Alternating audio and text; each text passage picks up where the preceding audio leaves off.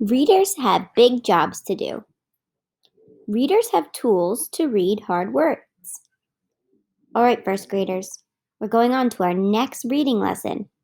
We're going to learn how to read hard words and what we can do to help us. Readers have big jobs to do. Today, I want to teach you another tool readers use to solve hard words. They consider what word might come next, what would sound right, and what kind of word would fit. Hmm. Let's try it with this read aloud.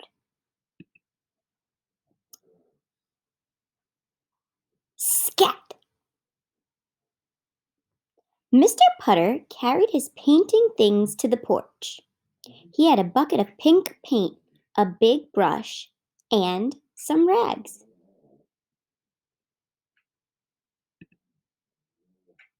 Suddenly, one of the rags got away. Tabby chased it across the porch and caught it. Good cat, said Mr. Putter, patting her on the head. Tabby purred. She might be old, but she could still catch a wild rag when she had to. Mr. Putter, hmm, uh-oh, I don't know this word. D, I, d. Well, what would make sense? What's he doing? He is putting a brush into the paint bucket. See here how he's putting the brush into the paint bucket. Well, what word could start with a D that would mean putting a brush into something? Dipped. Dipped. Let's see if that makes sense. Mr. Putter dipped his brush into the bucket and began to paint. It makes sense. Great job, first graders. You're really learning how to be the boss of your reading. As he painted, he began to sing. He sang about paper roses and blue bonnets and coming around mountains.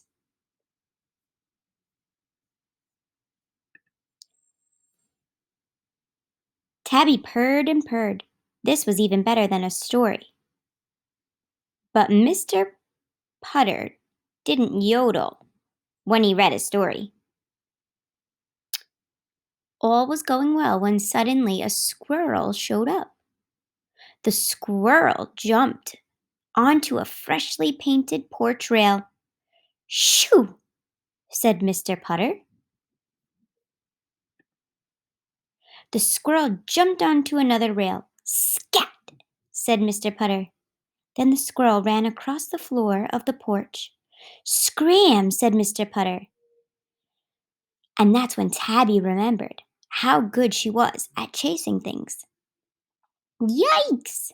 Yelled Mr. Putter.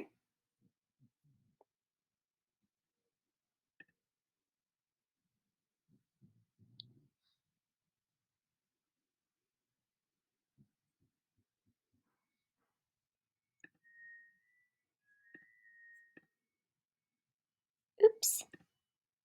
The squirrel ran and Tabby ran, and before it was all over, Mr. Putter's porch just sort of painted itself. So you see, first graders, you have a lot of different tools in your toolbox for solving hard words. If you're the boss of your reading, there's many different things that you can do. You can try something, you can think about what's happening, check the picture, you can get a running start. What kind of word would fit?